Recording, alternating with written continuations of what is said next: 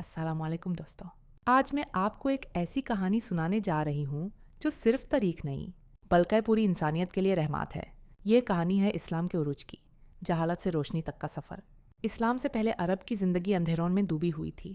لوگ بتوں کو پوجتے تھے، بیٹیوں کو زندہ دفن کر دیا جاتا تھا، طاقتور کمزور کو کچل دیتا تھا، اور سچ، انصاف اور رحمت کا کوئی قیمت نہیں تھی۔ اسی دور کو دور جاہلیت کہا جاتا ہے۔ رحمت للعالمین کی آمد، اسی اندھیرے دور میں اللہ تعالیٰ نے رحمت کا فیصلہ فرمایا۔ مکہ کی مبارک زمین پر عام الفیل میں ایک بچہ پیدا ہوا جو آگے چل کر پوری دنیا کے لیے رحمت بننے والا تھا۔ یہ بچہ ہے، آپ نے بچپن سے ہی سچائی، ایمانداری اور امن کا پیغام دیا۔ لوگ آپ کو صادق اور امین کہتے تھے۔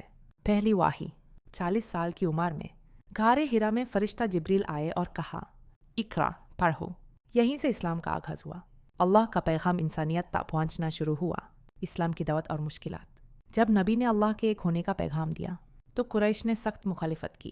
مسلمانوں پر ظلم کیا گیا، گرم ریت پر لٹایا گیا، بھوکا رکھا گیا، سماجی بائیکاٹ کیا گیا، لیکن نبی اور صحابہ نے صبر اور یقین کا دمن نہیں چھوڑا۔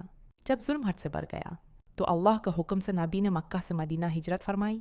یہ ہجرت صرف شہر بدلنے کا نام نہیں تھی، یہ اسلام کی پہلی اسلامک اسٹیٹ کی بنیاد تھی۔ مدینہ میں بھائی چارے کا نظام بنا، مسجد نبوی قائم ہوئی، انصاف اور برابری کا نظام آیا۔ جہاد اور صبر، اسلام صرف تلوار کا مذہب نہیں بلکہ صبر، اخلاق اور انصاف کا مذہب ہے۔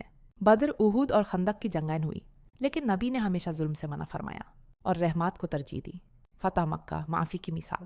جب مکہ فتح ہوا تو وہی لوگ جو نبی پر ظلم کرتے تھے ان کے سامنے سر جھکائے کھڑے تھے، لیکن نبی نے فرمایا، آج تم پر کوئی گرفت نہیں، تم سب آزاد ہو۔ یہ تھا اسلام کا اصل چہرہ، رحمت اور معافی۔ اسلام کا پیغام پوری دنیا تھا۔ نبی کے بعد صحابہ نے اسلام کو روم، پرسیا، افریقہ اور ایشیا تک پہنچایا۔ اسلام تلوار سے نہیں، اخلاق، انصاف اور سچائی سے پھیلا۔ آخری پیغام، نبی نے فرمایا، میں تمہارے درمیان اللہ کی کتاب اور اپنی سنت چھوڑ کر جا رہا ہوں۔ آج اگر ہم پھر سے سچ بولنا سیکھ لیں، انصاف کو اپنا لیں اور رحمت کو زندہ کر دیں تو یہ دنیا پھر سے روشن ہو سکتی ہے۔ ختمہ، اللہ ہمیں اسلام کو صرف بولوں میں نہیں بلکہ عمل میں لانے کی توفیق عطا فرمائے۔ آمین۔